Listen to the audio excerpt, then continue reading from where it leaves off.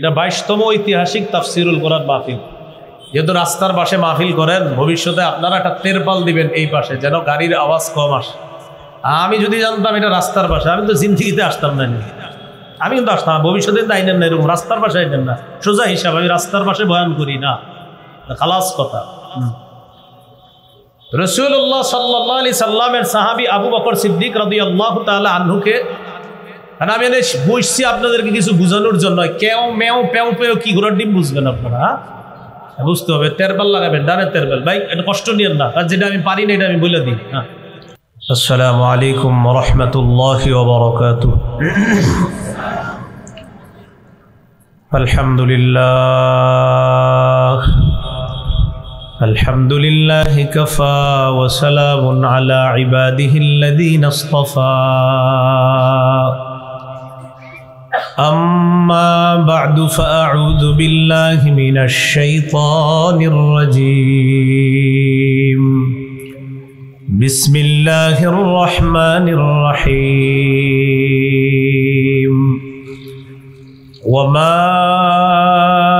أرسلناك إلا رحمة للعالمين. وقال تعالى إنا فتحنا لك فتحا مبينا. وقال رسول الله صلى الله عليه وسلم أعطيت خمسا لم يعطهن أحد من الأنبياء. نصرت بالرعب مسيرة شهر وجعلت لي الأرض مسجدا وطهورا وأحلت لي الغنائم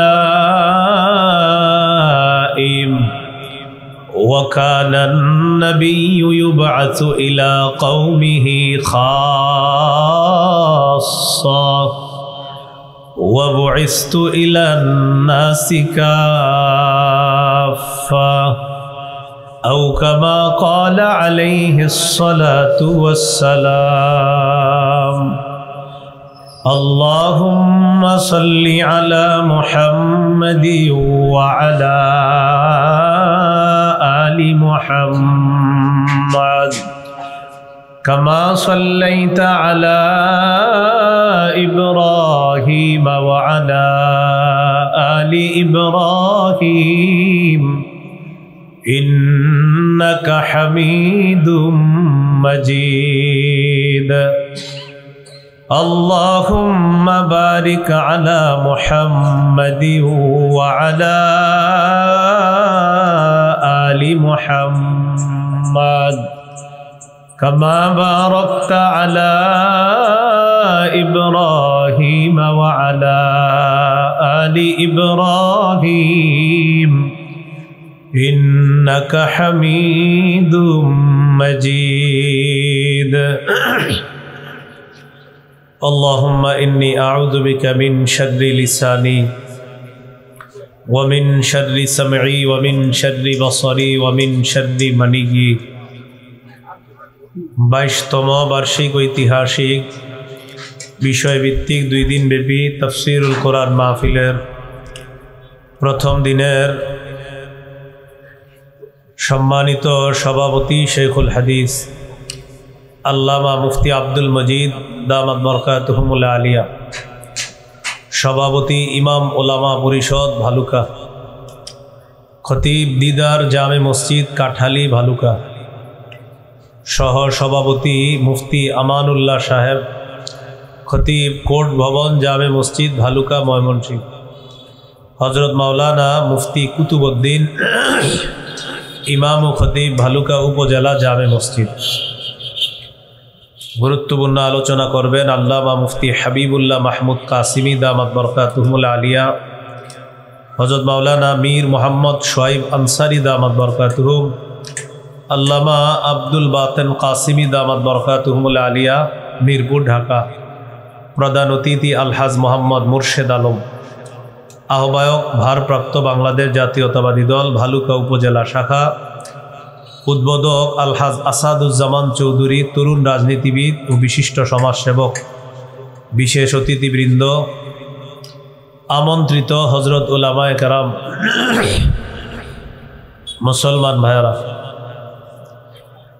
আল্লাহ তাআলার দরবারে শুকরিয়া আদায় করছি। আল্লাহ আমাদেরকে এই মাহফিলে উপস্থিত হওয়ার তৌফিক দান করেছেন। সকলে বলি আলহামদুলিল্লাহ। সূরা আম্বিয়ার 107 নম্বর আয়াতে কারিমা তেলাওয়াত করেছি।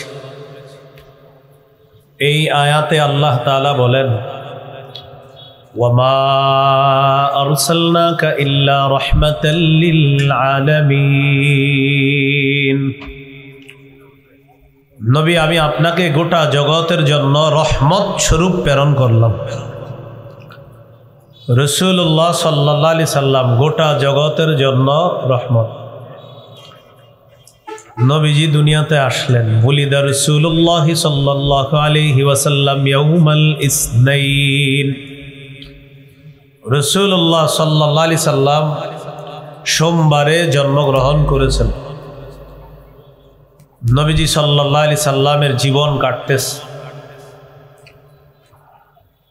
নবীজি সাল্লাল্লাহু আলাইহি সাল্লামের নবুয়তের প্রকাশ ঘটাইলেন আল্লাহ 40 বছর বয়স। নবুয়ত প্রকাশ ঘটানোর পর রাসূলুল্লাহ সাল্লাল্লাহু আলাইহি সাল্লাম জাতিকে দাওয়াত দেওয়া শুরু করলেন। দাওয়াতের আবিধানিক অর্থ হলো আহ্বান করা। যেমন সূরা বনী ইসরাঈলের 52 নম্বর আয়াতে আল্লাহ বলেন, ইয়াউমা ইয়াদউকুম, সেদিন তিনি তোমাদেরকে আহ্বান করবেন। তাহলে দাওয়াতের একটা অর্থ হলো ডাকা, আহ্বান করা। সূরা বাকারার 186 নম্বর আয়াতে আল্লাহ বলেন, উজিবু দাওয়াতাদ দাঈ ইযা দাআন। আহ্বানকারী যখন আমাকে আহ্বান করে, কোনো ব্যক্তি যখন আমি আল্লাহকে ডাকে, আমি আল্লাহ তার ডাকে সাড়া দিই, আমি তার আহ্বানে সাড়া দিই।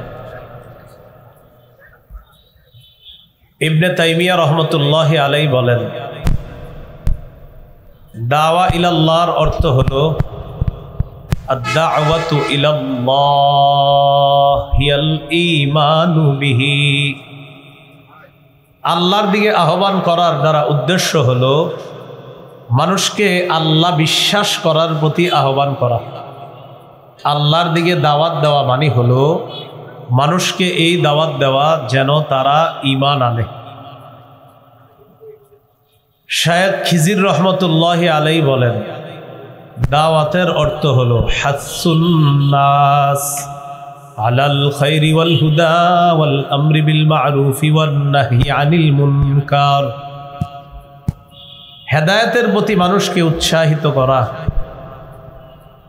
কল্যাণের প্রতি মানুষকে উৎসাহিত করা, সৎ কাজের আদেশ করা, অসৎ কাজের নিষেধ করা মানে হলো দাওয়াত দেওয়া। আম্বিয়া আলাইহিমুস সালাতু ওয়াস সালাম দাওয়াতের কাজ করেছেন সবাই। দাওয়াতের ধারাক্রমটা যেভাবে হয়, সূরা আরাফের 65 নম্বর আয়াতে আল্লাহ বলেন, ওয়া ইলা আদিন আখাহুম হুদা ফাকালা ইয়া কওমি ইবুদুল্লাহা মা লাকুম মিন ইলাহিন গায়রু। আদ জাতির নিকট তাদের ভাই হুদ আলাইহিস সালাতু ওয়াস সালামকে প্রেরণ করলাম। তিনি জাতিকে দাওয়াত দিলেন, হে আমার সম্প্রদায়, তোমরা আল্লাহর ইবাদত করো, তিনি ছাড়া কোনো ইলাহ নাই। সূরা আরাফের 73 নম্বর আয়াতে আল্লাহ বলেন, ওয়া ইলা সামুদ আখাহুম সালিহা ফাকালা ইয়া কওমি ইবুদুল্লাহা মা লাকুম মিন ইলাহিন গায়রু। আমি সামুদ জাতির নিকট তাদের ভাই সালেহ আলাইহিস সালামকে প্রেরণ করলাম। সালেহ নবী জাতিকে দাওয়াত দিলেন, হে আমার সম্প্রদায়, তোমরা আল্লাহর ইবাদত করো, তিনি ছাড়া কোনো ইলাহ নাই। সূরা আরাফের 85 নম্বর আয়াতে আল্লাহ বলেন, وإلى مدين أخاهم شعيبا فقال يا قوم اعبدوا الله আমি মাদিয়ান জাতির নিকট শুআয়ব আলাইহিস সালামকে প্রেরণ করলাম। তিনি বললেন, হে আমার সম্প্রদায়, তোমরা আল্লাহর ইবাদত করো। এইভাবে চলতে চলতে মুহাম্মদ সাল্লাল্লাহু আলাইহি ওয়াসাল্লামকে আল্লাহ তাআলা সর্বশেষ নবী হিসাবে দুনিয়াতে পাঠিয়েছেন। তারপরে আর কোনো নবী আল্লাহ তাআলা নতুন করে নবুয়ত দান করবেন না। কোনো নবীকে নতুন করে আল্লাহ কোনো নবী বানাবেন না। আমাদের নবী শেষ নবী। রাসূলুল্লাহ সাল্লাল্লাহু আলাইহি ওয়াসাল্লামকে আল্লাহ তাআলা তাবলীগের হুকুম করেছেন। সূরা মাঈদার 57 নম্বর আয়াত 67 নম্বর আয়াতে আল্লাহ বলেন, ইয়া আইয়ুহার রাসূলু বাল্লিগ মা উনজিলা ইলাইকা মির রাব্বিক। হে রাসূল, আপনি তাবলীগ করেন, আপনি প্রচার করেন, আপনার রবের পক্ষ থেকে আপনার প্রতি যা নাজিল করা হয়েছে তা আপনি প্রচার করেন। ওয়া ইল্লাম তাফআল ফামা বাল্লাগতা রিসালাতা। যদি আপনি প্রচার না করেন, ফামা বাল্লাগতা রিসালাতা, তাহলে আপনি আল্লাহর দেওয়া দায়িত্ব পালন করলেন না। এখানে আমাদের নবীকে আল্লাহ তাবলীগ করতে বললেন। রাসূলুল্লাহ সাল্লাল্লাহু আলাইহি সাল্লাম প্রথমে গোপনে দাওয়াত দিতে লাগলেন। এরপর যখন কোরআনের একটা আয়াত নাজিল হলো, তখন নবী প্রকাশ্যে দাওয়াত দেওয়া শুরু করলেন। সহিহ বুখারীর বর্ণনা 4770 নম্বর হাদিস। আল্লাহ তাআলা যখন আয়াত নাজিল করলেন, ওয়া আনদির আশীরাতাকাল আকরাবিন, নবী আপনি আপনার নিকট আত্মীয়কে আযাবের ভয় দেখান। আপনি আপনার নিকট আত্মীয়কে আযাবের ভয় দেখান। এটা নবীকে আল্লাহ তাআলা বললেন, আপনার নিকট আত্মীয়কে আপনি আযাবের ভয় দেখান। এই আয়াত নাজিল হওয়ার পর সাইদা রাসূলুল্লাহ সাল্লাল্লাহু আলাইহি ওয়াসাল্লাম আলা সাফা, রাসূলুল্লাহ সাল্লাল্লাহু আলাইহি ওয়াসাল্লাম সাফা পাহাড়ের উপর উঠলেন। সাফা পর্বতের উপর ওঠার পর আল্লাহ নবী আহ্বান করতে লাগলেন, ইয়া বনি ফিহরিন ইয়া বনি আদি লিবতুনি কুরাইশ। হে বনি ফিহর, হে বনি আদি। কুরাইশের অনেকগুলা এলাকার নাম বলে ডাক দিয়েছে। ডাক দেওয়ার পর নবীজি সাল্লাল্লাহু আলাইহি সাল্লাম তাদেরকে আহ্বান করে সকলকে ডাকলেন। ফাজাআ আবু লাহাবিন ওয়া কুরাইশ। আবু লাহাব আসলো, কুরাইশরা আসলো। ফাজাআলার রাজুলু, কোন ব্যক্তি যদি দেখতেন তিনি না যাইতে পারতেন, আরসালা রাসূলান লিয়ানজুরা মা হুয়া। সাফা পাহাড়ের উপর উঠার পর আল্লাহ নবী যখন জাতিকে আহ্বান করলেন, তোমাদের সাথে আমার কথা আছে, বিভিন্ন মানুষ দলে দলে আগমন করতে লাগলেন। কুরাইশরাও আসতে লাগলো। কুরাইশরা আসলো, আবু লাহাব আসলো। যে ব্যক্তি আসতে পারলো না সে একজনকে পাঠায়া দিল, দেখো তো মুহাম্মদ কেন ডাকছে। এটা দেখার জন্য একজনকে পাঠায়া দিছে।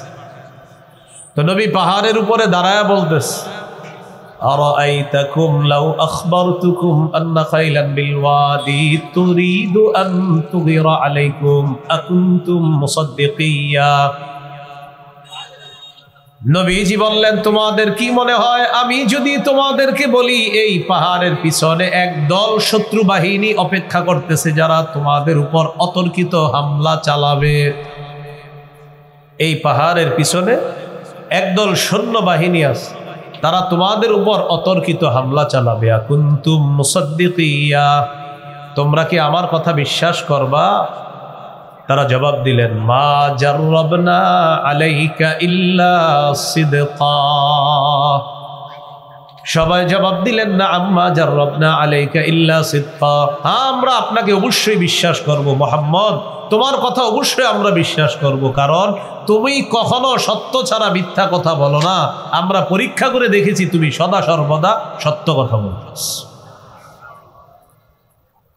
তো এটা বলার পর নবীজি বললেন, ফাইন্নী আনা নাযীরুল লাকুম বাইনা ইয়াদাই আযাবিন শাদীদ, আমি তোমাদেরকে যন্ত্রণাদায়ক আযাবের ব্যাপারে ভীতি প্রদর্শন করছি, কঠিন শাস্তি আছে। লা ইলাহা ইল্লাল্লাহ মানো, এটা না মানলে কঠিন শাস্তি। এই কথা বলার পর আবু লাহাব পাথর নিয়ে দাঁড়াইছে। আবু লাহাব বলল, তাব্বান লাকা সাইরাল ইয়াউম আলিহাদা জামাআতানা, মুহাম্মদ তুমি কি আমাদেরকে এজন্য একত্রিত করেছো? তুমি ধ্বংস হও, নাউজুবিল্লাহ বলো, তোমার পুরোটা দিন ধ্বংস হোক, নাউজুবিল্লাহ, আমাদেরকে এজন্য তুমি ডাকছো?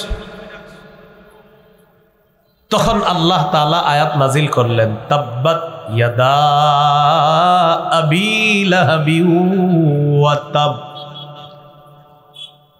আবু লাহাবের দুই হাত ধ্বংস হোক, সে নিজেও ধ্বংস হোক, আমার নবীকে বলছে ধ্বংস হবে, আমি আল্লাহ আয়াত নাজিল করে দিলাম আবু লাহাব ধ্বংস হবে, তার দুই হাত ধ্বংস হবে। তখন আল্লাহ এই সূরা লাহাব নাজিল করছে। নবীজি এইভাবে দাওয়াতের কাজ প্রকাশ্যে শুরু করলেন। তো দাওয়াতের কাজ যখন প্রকাশ্যে করতে লাগলেন, আস্তে আস্তে মানুষ মুসলমান হয়। এই হলো নবীজির দাওয়াত শুরু হয়ে গেল প্রকাশ্যে। আমাদের নবী শেষ নবী, নবীজির পরে আর নবী আল্লাহ তাআলা নতুন করে কাউকে বানাবেন না। সহিহ বুখারীর বর্ণনা 3535 নম্বর হাদিস, 3535, قال رسول الله صلى الله عليه وسلم إن مثلي ومثل الأنبياء من قبلي كمثل رجل بنى بيتا فأحسنه وأجمله إلا موضع لبنة في زاوية।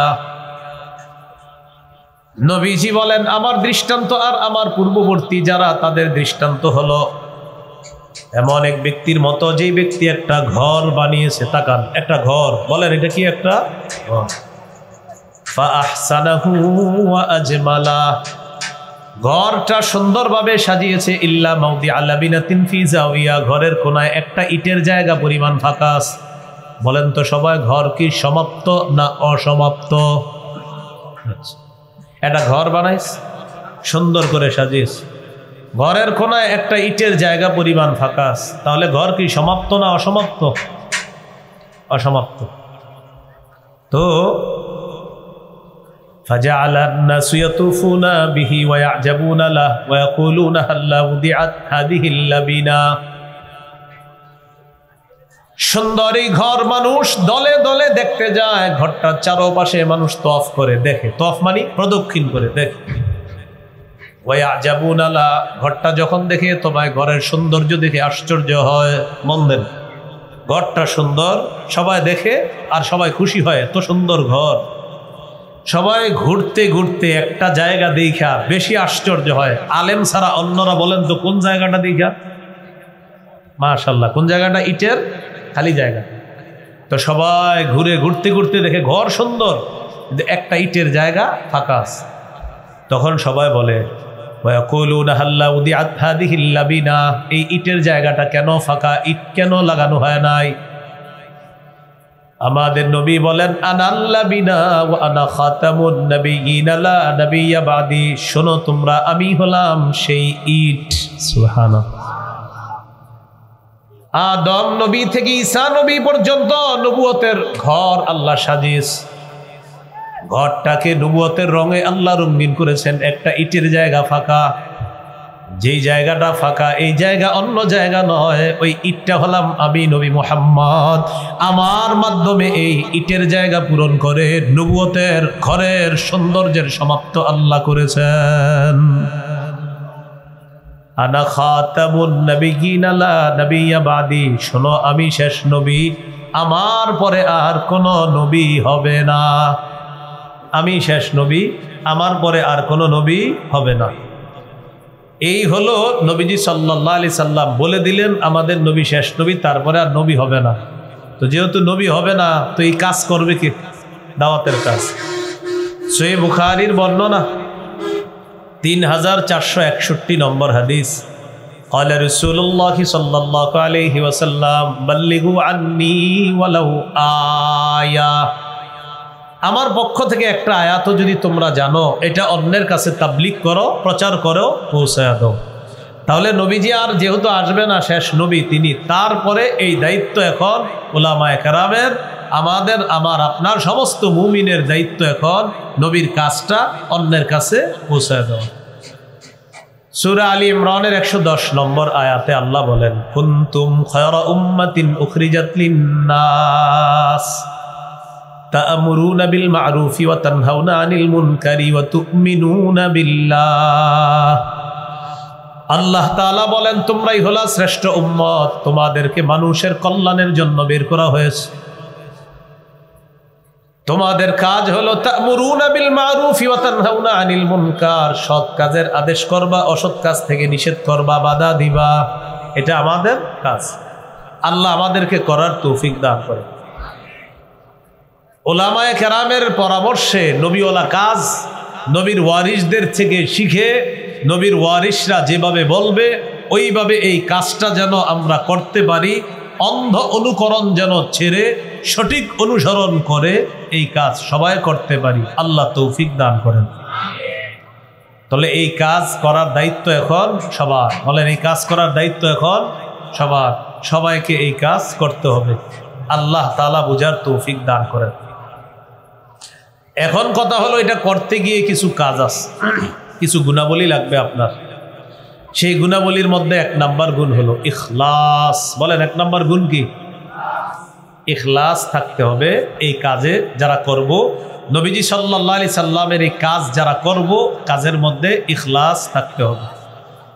সূরা জুমারের 11 নম্বর আয়াতে আল্লাহ বলেন, কুল ইন্নী উমিরতু আন আ'বুদাল্লাহা মুখলিসাল লাহুদ্দিন। আল্লাহ তাআলা বলেন, নবী আপনি বলেন, আমাকে আদেশ করা হয়েছে আমি যেন দিনকে একনিষ্ঠ করে আল্লাহর জন্য ইবাদত করি। আমি যেন দিনকে একনিষ্ঠ করে ইবাদত করি, এই ব্যাপারে আমাকে আদেশ করা হয়েছে। এই 1 নাম্বার ইখলাস। 2 নাম্বার আইয়াতাকিদা আন্নাহু ওয়ারিসুন বিদাওয়াতিহি সাল্লাল্লাহু আলাইহি ওয়াসাল্লাম লিনবিয়িনা মুহাম্মাদিন সাল্লাল্লাহু আলাইহি ওয়াসাল্লাম। যতজন ব্যক্তি দাওয়াতের কাজ করবে সবার এটা বিশ্বাস করতে হবে, আমি এই কোরআন সুন্নাহ প্রচার করার ক্ষেত্রে আমি আল্লাহ নবীর একজন ওয়ারিস। এই কথাটা বিশ্বাস করা। এই কথা কি করা? বিশ্বাস করা। আমরা নবীর ওয়ারিস। যারা অনুপস্থিত আছে তাদের কাছে এটা পৌঁছে দেওয়া, এটা আমাদের দায়িত্ব, কর্তব্য। রাসূলুল্লাহ সাল্লাল্লাহু আলাইহি ওয়াসাল্লাম বলেন, ইয়া আইয়ুহান নাস ইন্না রাব্বাকুম ওয়াহিদ। হে লোক সকল, তোমাদের রব একজন। ওয়া আবাকুম ওয়াহিদুন, তোমাদের পিতা একজন। তোমাদের রব একজন, তোমাদের পিতা একজন। আলা লা ফাদলি আরবিয়িন আলা আজমিয়িন ওয়ালা লি আজমিয়িন আলা আরবিয়িন ওয়ালা লি আহমার আলা আসওয়াদা ওয়ালা লি আসওয়াদা আলা আহমার ইল্লা বিত্তাকওয়া। নবীজি বলেন, আরবের উপর অনারবের কোনো প্রাধান্য নাই, অনারবের উপর আরবের কোনো শ্রেষ্ঠত্ব নাই, কালোর উপর লালের কোনো শ্রেষ্ঠত্ব নাই, লালের উপর কালা মানুষের কোনো শ্রেষ্ঠত্ব নাই। নবীজি বলেন, পার্থক্য হবে ইল্লা বিত্তাকওয়া, তাকওয়ার মাধ্যমে হবে পার্থক্য। কিসের মাধ্যমে? তাকওয়া।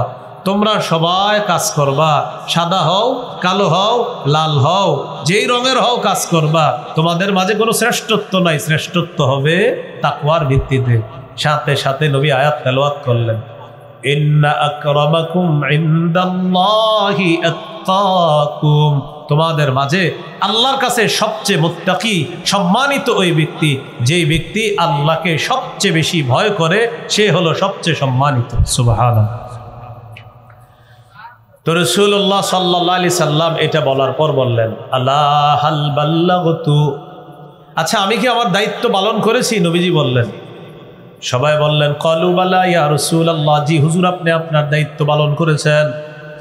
নবীজি বললেন আলা ফাল্লিবাল্লিগিশ শাহিদুল গায়বা, এখানে যারা উপস্থিত আছে অনুপস্থিত যারা আছে তাদের কাছে আমার এই দাওয়াত এই দায়িত্ব তোমরা পৌঁছায়া দিবা। তাহলে আমরা সবাই এই দায়িত্ব এখন পৌঁছানোর জন্য এটা আমাদেরকে আদেশ করা হয়েছে, দায়িত্ব সকলকে পৌঁছাইতে হবে। 3 নাম্বার গুণ আইয়াকুনা সাবিতা, অটল থাকতে হবে, মজবুত থাকতে হবে। নবীর কাজ করতে গিয়ে কোনো রকম হতাশ হওয়া যাবে না।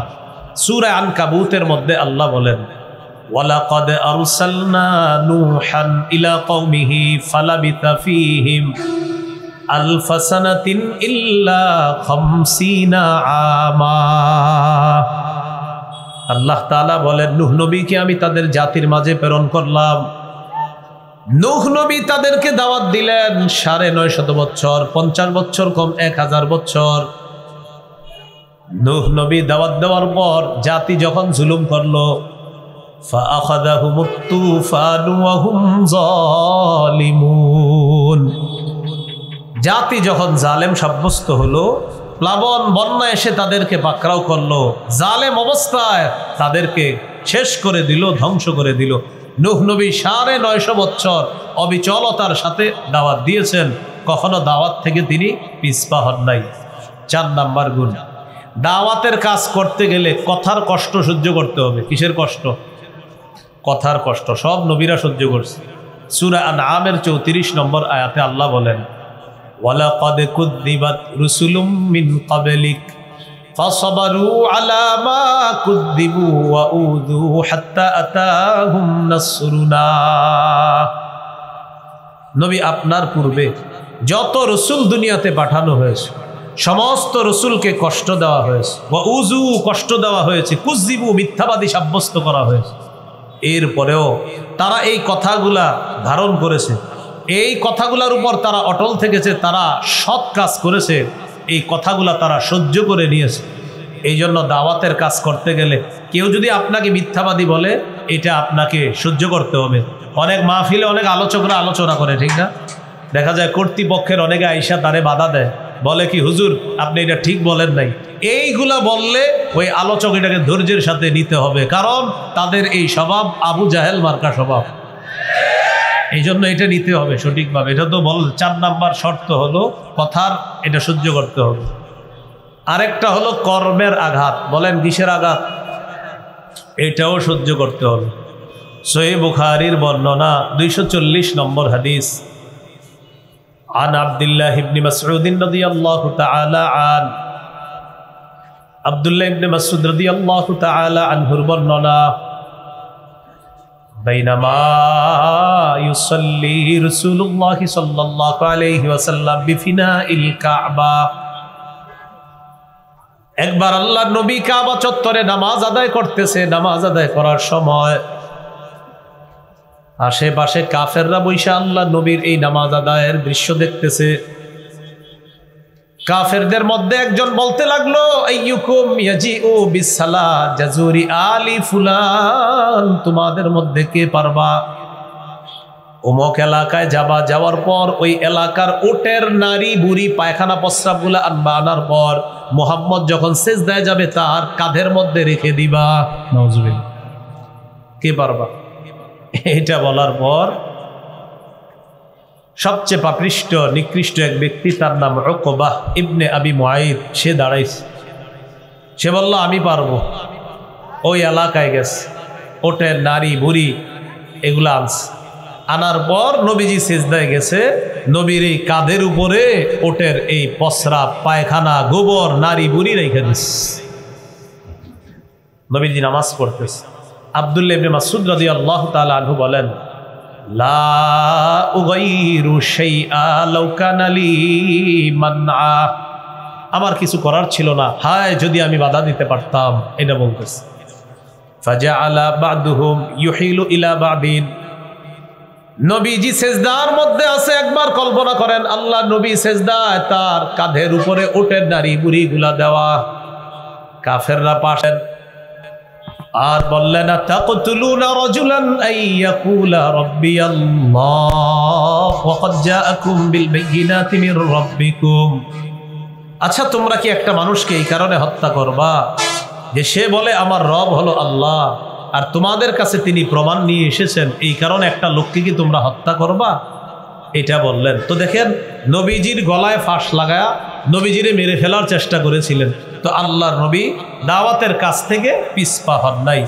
এইভাবে দাওয়াত দিতে দিতে রাসূলুল্লাহ সাল্লাল্লাহু আলাইহি সাল্লামকে যথেষ্ট নির্যাতন তারা করেছে। তো আল্লাহ রাসূল সাল্লাল্লাহু আলাইহি সাল্লাম পিছপা হন নাই। এটা হলো একজন দাওয়াত দিবে যিনি, তার 4 নাম্বার গুণ, কথা কর্মের আঘাত সহ্য করা। তার 5 নাম্বার গুণ হবে, 5 নাম্বার বৈশিষ্ট্য হবে, যাদেরকে দাওয়াত দিবে তাদের হেদায়েতের জন্য দোয়া করা। সুবহানাল্লাহ। হেদায়েতের জন্য কি করা? দোয়া করা। একটা গোত্র ছিল নাম দাউস, বলেন কি নাম? আবার বলেন। দাউস। বুখারীর বর্ণনা। নবীজিরে বললেন, হুজুর আপনি দাউসের বিরুদ্ধে বদদোয়া করেন। নবীজি বললেন, আল্লাহুম্মা হদি দাউসা ওয়াতি বিহিম, আল্লাহ দাউসকে আপনি হেদায়েত দিয়ে দেন, তাদেরকে ইসলামের তলে নিয়ে আসেন। সুবহানাল্লাহ। নবীরে বললেন বদদোয়া করতে, নবী করলেন দোয়া, হেদায়েতের দোয়া করলেন। তাহলে যাদেরকে দাওয়াত দিবে তাদের জন্য হেদায়েতের দোয়া করবে। 6 নাম্বার গুণ, যাদের সামনে কথা বলবে তাদের আকল অনুযায়ী কথা বলা দরকার। তাদের কি অনুযায়ী? আকল।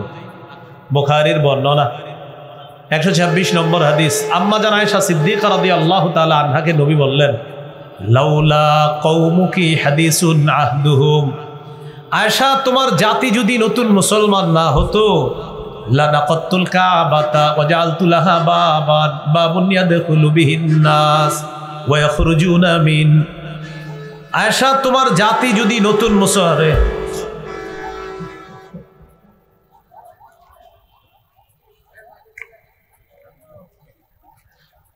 আয়েশা তোমার জাতি যদি নতুন মুসলমান না হতো, তাহলে আমি কাবা ঘরটা কি করতাম জানো? আমি কাবা,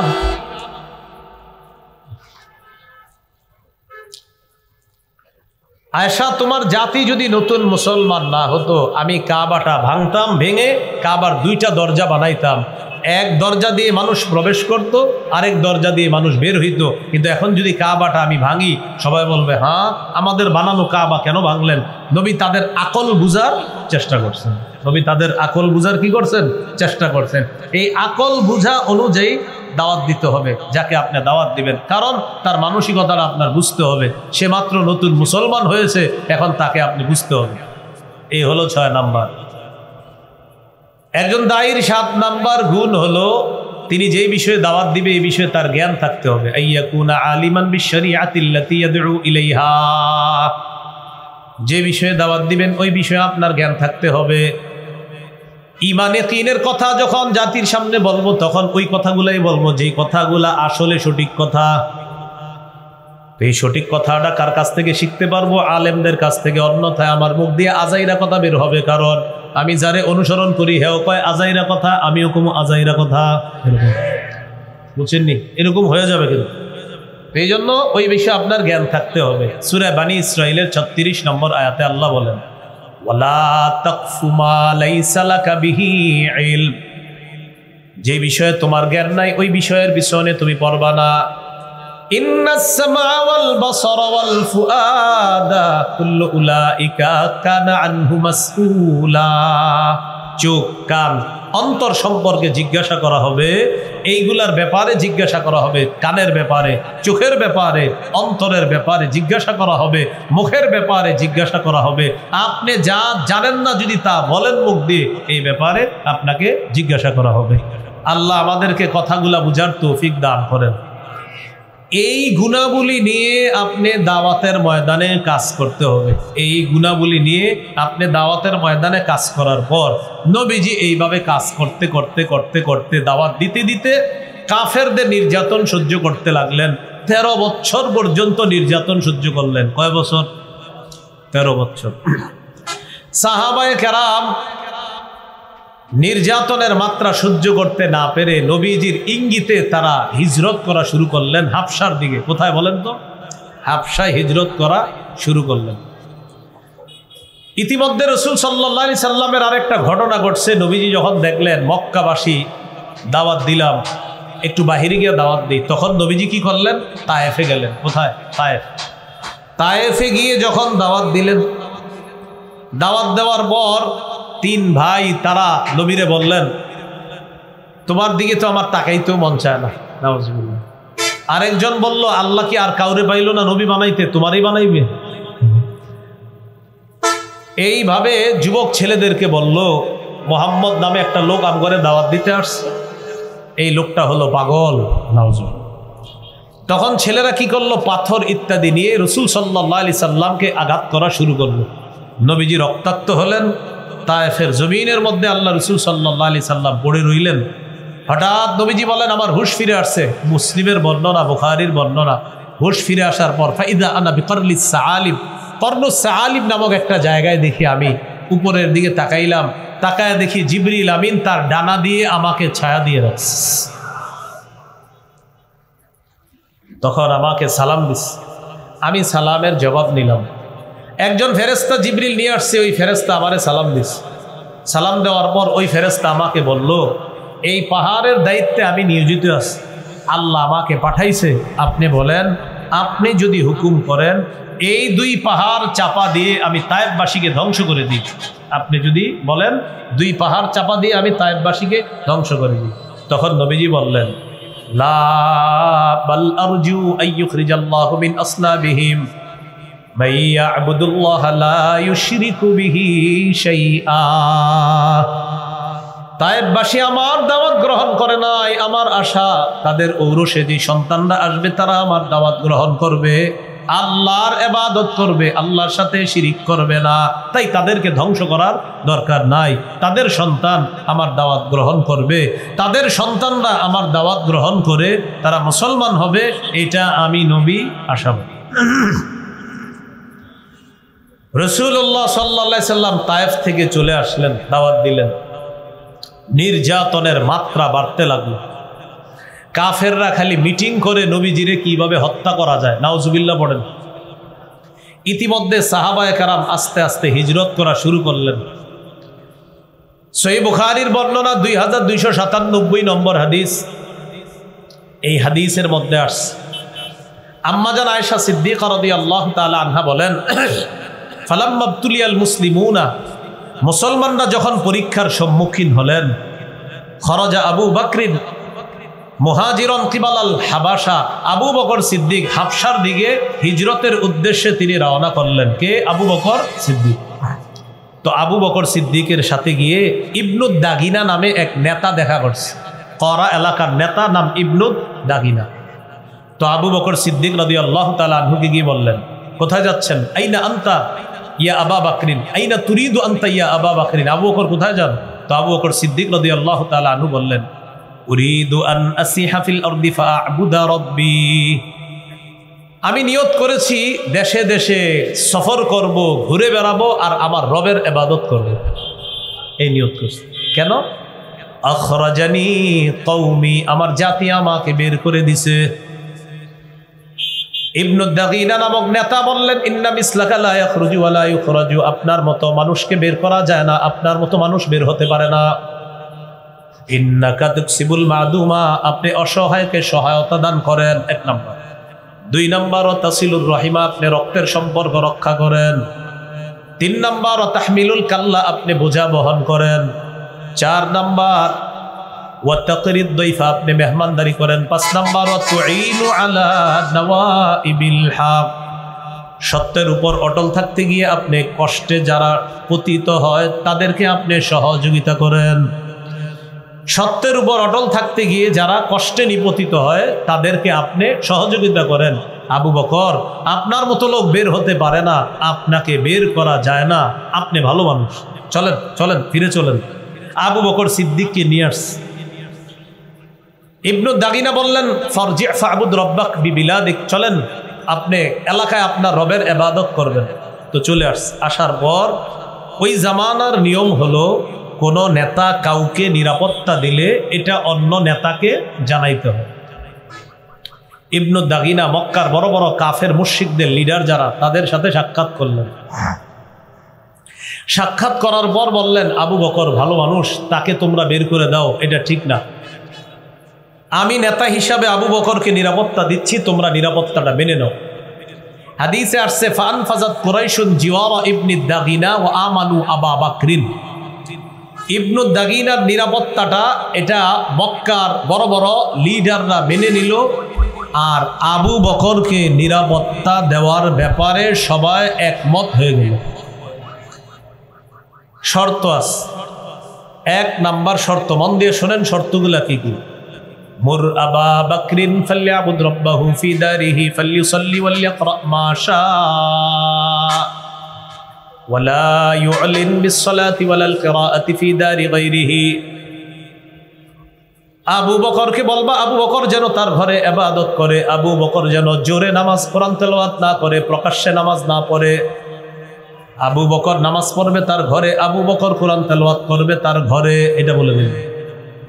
তো আবু বকর সিদ্দিককে গিয়ে ইবনু দাগিনা বললেন, তিনিও মেনে নিলেন, তিনি ঘরে ইবাদত করে, ঘরে নামাজ পড়ে, ঘরে কোরআন তেলাওয়াত করে। এই অবস্থা চলার পর সুম্মা বাদালি আবি বকরিন, আবু বকরের মনে হলো আর কত, এবার বাহিরে প্রকাশ্যে ইবাদত করব। ফাবতানা মসজিদান বিফিনাই দারি, আবু বকর সিদ্দিক রাদিয়াল্লাহু তাআলা তার নিজের বাড়ির আঙিনায় একটা মসজিদ নির্মাণ করলো, ছোট্ট মসজিদ। ফাবারাজা ফাকানা ইউসাল্লি ফি, আবু বকর প্রকাশ্যে সেখানে নামাজ পড়া শুরু করলেন। আবু বকর প্রকাশ্যে নামাজ পড়ে, ইবাদত করে, কোরআন তেলাওয়াত করে।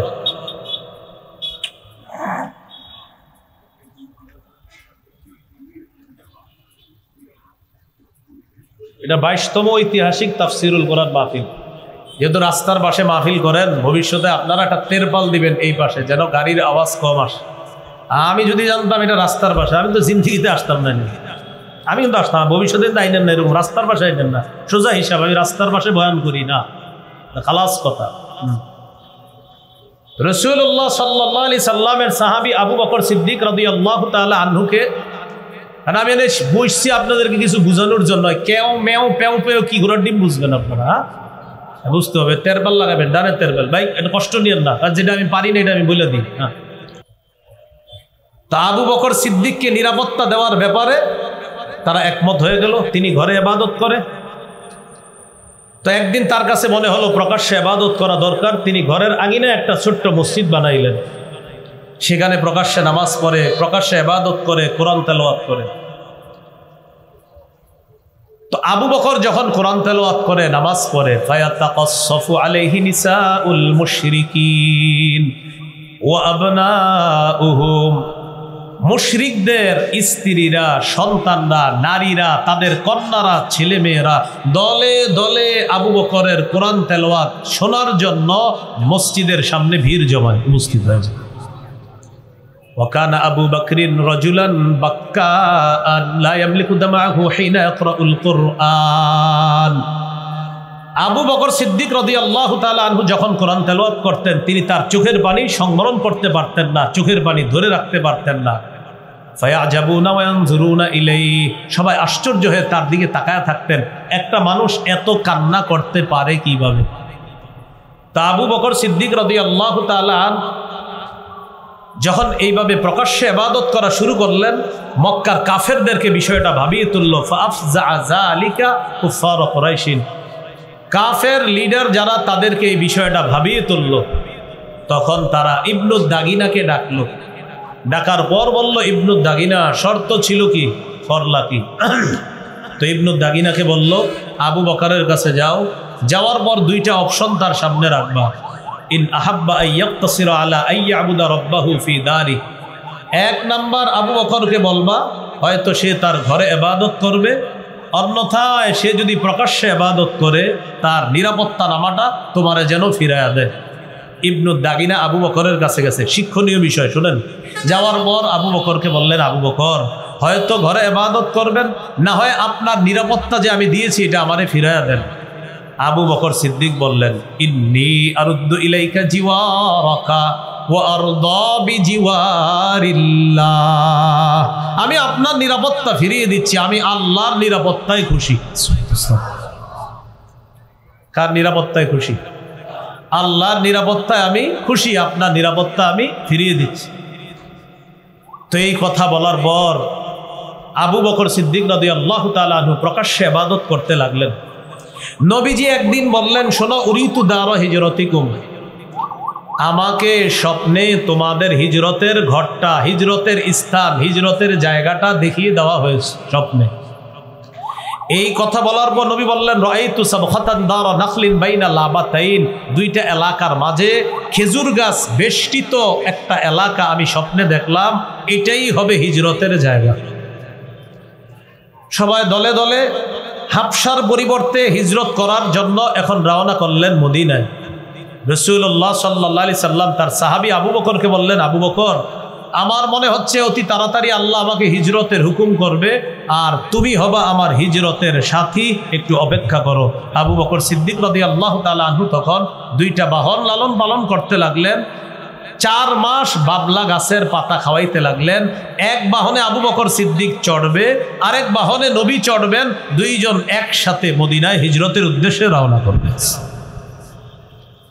সাহাবায়ে কেরাম মক্কা থেকে চলে গেলেন মদিনায় হিজরত করার জন্য।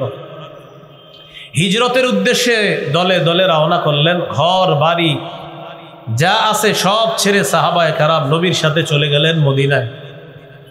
মদিনায় যাওয়ার পর আল্লাহ পাক রব্বুল আলামিন এই 13 বছর জুলুম নির্যাতন সহ্য করার পর সূরা হজের আয়াত আল্লাহ নাজিল করলেন, উদিনা লিল্লাযীনা ইউকাতালুনা বিআন্নাহুম যুলিমু, যাদেরকে নির্যাতন করা হয়েছে, অত্যাচার করা হয়েছে, এতদিন অনুমতি দেওয়া হলো, এখন জিহাদের অনুমতি দেওয়া হলো।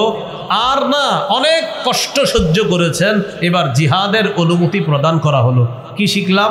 13 বছর সন্ত্রাসী সহ্য করার পর হিজরত করে চলে গেলেন মদিনায়। আল্লাহ আয়াত নাজিল করলেন, এবার যদি কাফেররা কোনো ঝামেলা করে, পাল্টা আপনারাও প্রতিহত করবেন।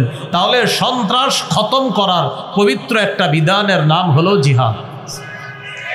সন্ত্রাস খতম করার পবিত্র একটা বিধানের নাম কি? জিহাদ। তো হিজরত করে মদিনায় চলে গেলেন। মদিনায় যাওয়ার পর রাসূলুল্লাহ সাল্লাল্লাহু আলাইহি সাল্লামের মনে পড়ে, মক্কার কথা মনে পড়ে, সাহাবায়ে কেরামেরও মনে পড়ে, সবাইরই মনে পড়ে। একবার রাসূল সাল্লাল্লাহু আলাইহি সাল্লাম বাইতুল্লাহ জিয়ারত করবে, তওয়াফ করবে, উমরার উদ্দেশ্যে রওনা করলেন। রাসূলুল্লাহ সাল্লাল্লাহু আলাইহি সাল্লাম নবীজি সাহাবায়ে কেরামকে নিয়ে রওনা করলেন। হুদাইবিয়া নামক একটা এলাকা আছে, এলাকায় কাফেররা সবাইকে আটকায় দিছে। আটকায় দেওয়ার পর মুসলমানদেরকে কোনোভাবেই বাইতুল্লাহ প্রবেশ করতে দিবে না, তওয়াফ জিয়ারত ইত্যাদি কোনো কাজই সম্পাদন করতে দিবে না। ইতিমধ্যে নবীজির পক্ষ থেকে ওসমান গনি রাদিয়াল্লাহু তাআলা আনহু, তিনি ব্যবসায়ী মানুষ ছিলেন, তার একটা আলাদা মর্যাদা ছিল কাফেরদের কাছে ব্যবসায়ী হিসাবে, তাকে পাঠাইলেন তাদের সাথে কথা বলার জন্য। ইতিমধ্যে খবর প্রকাশ পেয়ে গেল ওসমানকে শহীদ করে দেওয়া হয়েছে। এই কথা ছড়িয়ে যাওয়ার পর নবীজি সাল্লাল্লাহু আলাইহি সাল্লাম বায়াত নেওয়া শুরু করলেন, ওসমান হত্যার বদলা না নিয়ে আমরা মদিনায় ফিরে যাব না। ওই বায়াতকে বলা হয় বাইআতুর রিদওয়ান। গাছের নিচে একটা বায়াত হয়েছিল। এই ব্যাপারে সূরা ফাতিহা আল্লাহ বলেছেন, লাকাদ রাদিয়াল্লাহু আনিল মুমিনিনা ইয ইউবাইউনাকা, নবী আপনার কাছে যারা বায়াত হয়েছে ওই গাছের নিচে, আল্লাহ তাদের সবার উপর সন্তুষ্ট হয়ে গেছে। তো কাফেরদের সাথে একটা চুক্তি হয়েছে। কি চুক্তি হয়েছে? আপনার কাফেরদের পক্ষ থেকে মাথা মোটা টাইপের কিছু কথাবার্তা, কাফেরদের পক্ষ থেকে একদম, আমাদের কেউ যদি মদিনায় যায় তাকে ফেরত দিতে হবে, তোমাদের কেউ যদি মক্কায় আসে তাকে ফেরত দিব না। এই মানে দেখেন কোন ধরনের আপনার চুক্তিনামা ইত্যাদি। তো এই বছর তোমরা সবাই ফিরে যাবা, কেউ মক্কায় ঢুকতে পারবা না। এরপরে কবে আসবা এগুলো চুক্তি হইতেছে, আসার সময় কোনো অস্ত্র আনা যাবে না, কিচ্ছু আনা যাবে না ইত্যাদি চুক্তি করতেছে। এই জাতীয় মাথা মোটা মার্কা চুক্তি যখন কাফেররা খালি করতেছে, নবীজি সাল্লাল্লাহু আলাইহি সাল্লাম এই সব কিছু মেনে নিচ্ছে। ওমর ফারুক রাদিয়াল্লাহু তাআলা আনহু বলতেছে, হুজুর এটা কোনো কথা যে তারা যা বলবে আমরা সব মেনে নিব? তখন আল্লাহ তাআলা আয়াত নাজিল করলেন, ইন্না ফাতাহনা লাকা ফাতহাম মুবিনা, নবী আমি আপনাকে স্পষ্ট বিজয় দান করেছি। সুবহানাল্লাহ, কি দান করেছি? স্পষ্ট বিজয়।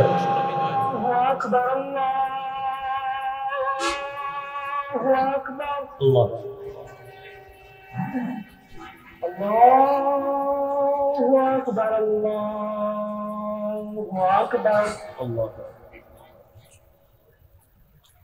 এখন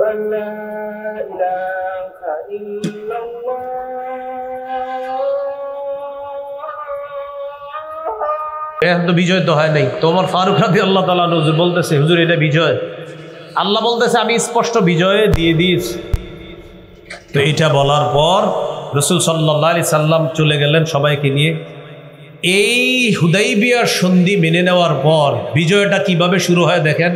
নবীজির চারিত্রিক বৈশিষ্ট্য গুণাবলী কাফেরদের সামনে নবীর ধৈর্য অবিচলতা দেখে বেঈমানরা দলে দলে মুসলমান হতে শুরু করল। এর 2 বছর পর মতামত আছে এখানে সময় নিয়ে নবীজি সাল্লাল্লাহু আলাইহি সাল্লাম মক্কায় চূড়ান্তভাবে মক্কা বিজয় করার জন্য রওনা করার মনস্থির করেছিলেন। এখানে কিছু ইতিহাস আছে হাতিব ইবনে আবি বালতাআ রাদিয়াল্লাহু তাআলা আনহুকে নিয়ে। যাই হোক, তো নবীজি সাল্লাল্লাহু আলাইহি সাল্লাম এরপরে দলবল নিয়ে যখন মক্কায় আসলেন, মক্কায় আসার আগেই বেঈমান যারা ছিল লিডাররা, তাদের অন্তরে আলাদা এক ধরনের ভীতি সৃষ্টি করে দেওয়া হয়েছে। আসার সময়ও আপনার কয়েকজন আপনার যারা আগে অমুসলিম ছিল তারা মুসলমান হয়েছে, এবং মক্কায় প্রবেশের আগে নবীজির শ্বশুর আবু সুফিয়ান রাদিয়াল্লাহু তাআলা তিনিও কিন্তু আপনার মুসলমান হয়েছে। আবু সুফিয়ান রাদিয়াল্লাহু তাআলা নবীজি মক্কায় আসলেন, আল্লাহ তাআলা যুদ্ধ বিগ্রহ কলহ বিবাদ রক্তপাত ছাড়াই মুসলমানদেরকে মক্কা বিজয় আল্লাহ দান করে দিয়েছেন। তো এই জন্য আল্লাহ আগেই বলছে আমি বিজয় দিয়ে দিয়েছি, আপনাকে বিজয় দান করলাম। আল্লাহ যেহেতু বলছে বিজয় দান করলাম, তো নিশ্চিত মক্কা বিজয় হবে। নবীজি এসে বলেছিলেন আমার কাছে তোমরা কেমন আচরণ করো? তো নবীজি সাল্লাল্লাহু আলাইহি সাল্লামের কাছে তারা বলেছিল যে তোমার কাছে তো আমরা এই ভালো ভালো আচরণ করি, কামনা করি। রাসূল সাল্লাল্লাহু আলাইহি সাল্লাম বলেছিলেন আবু সুফিয়ানের ঘরে যারা যাবে তারা নিরাপদ, অমুক জায়গায় যারা আশ্রয় নিবে তারা নিরাপদ। 6 জন ছাড়া, কোনো বর্ণনায় 9 জন, কোনো বর্ণনায় 11 জন ছাড়া সকলকে সাধারণ ক্ষমা ঘোষণা করে দিয়েছে। তো যাদেরকে ক্ষমা করা হয় নাই এর মধ্যে আপনার আবু জাহেল, তার সন্তানও ছিল ইকরামা ইবনে আবি জাহেল। এই ইকরিমা রাদিয়াল্লাহু তাআলা আনহুকে যদিও ক্ষমা করে নাই প্রথমে, তো পরবর্তীতে সুপারিশের মাধ্যমে তার কাছে দাওয়াত পৌঁছে এবং আল্লাহ রাসূল তাকেও ক্ষমা করে দেয়, তিনিও মুসলমান হয়ে গেছেন। এর মধ্যে একজন হলো হিন্দা রাদিয়াল্লাহু তাআলা আনহার গোলাম ওয়াহশী, যিনি হযরত হামজা রাদিয়াল্লাহু তাআলা আনহুকে শহীদ করেছিল উহুদের যুদ্ধে। এই ওয়াহশী রাদিয়াল্লাহু তাআলা আনহুকেও ক্ষমা করা হয় নাই। নবীজির কাছে দেখা করতে নিয়ে গেছে দাওয়াত দিয়ে নিয়ে যাওয়ার পর নবীজি তার চাচার শহীদের ঘটনাটা ওয়াহশীর কাছে শুনেছিলেন। নবীজি খুব কান্না করেছিলেন শুনে। ওয়াহশীকেও আল্লাহ রাসূল ক্ষমা করে দিয়েছেন এবং তিনিও মুসলমান হয়ে গেছেন। তো এই হলো রাসূল সাল্লাল্লাহু আলাইহি সাল্লামের মক্কা জীবনে দাওয়াতি কার্যক্রম শুরু করার পর 13 বছর নির্যাতন অত্যাচার সহ্য করার পর তাদের অত্যাচারে অতিষ্ঠ হয়ে আল্লাহ রাসূল সাল্লাল্লাহু আলাইহি সাল্লাম হিজরত করে আবু বকর সিদ্দিক রাদিয়াল্লাহু তাআলা আনহুকে নিয়ে মক্কা থেকে মদিনায় চলে গেলেন। সেখান থেকে আবার আল্লাহ তাআলা বিভিন্ন কৌশলের মাধ্যমে মক্কা পুনরায় রাসূল সাল্লাল্লাহু আলাইহি সাল্লাম তথা মুসলমানদের অধীনে আল্লাহ নিয়ে এসেছেন। আনার পর সাহাবায়ে কেরাম মনে করলো অনেকে নবীজি মনে হয় আর মদিনায় যাবে না মক্কা বিজয়ের পর। তো কান্না করা শুরু করে দিয়েছে অনেক আনসারি সাহাবী যারা মদিনা, তাদের কান্না দেখে নবীজি সাল্লাল্লাহু আলাইহি সাল্লাম বলেছিলেন না, আমি মদিনায় ফিরে যাব, মদিনায় আমার থাকা হবে, সেখানেই আমি যাব। মক্কাও ভালোবাসি, মদিনাও ভালোবাসি। নবীজি সাল্লাল্লাহু আলাইহি সাল্লাম মদিনাকেই বেছে নিয়েছিলেন, মদিনাতেই তার ইন্তেকাল হয়েছে।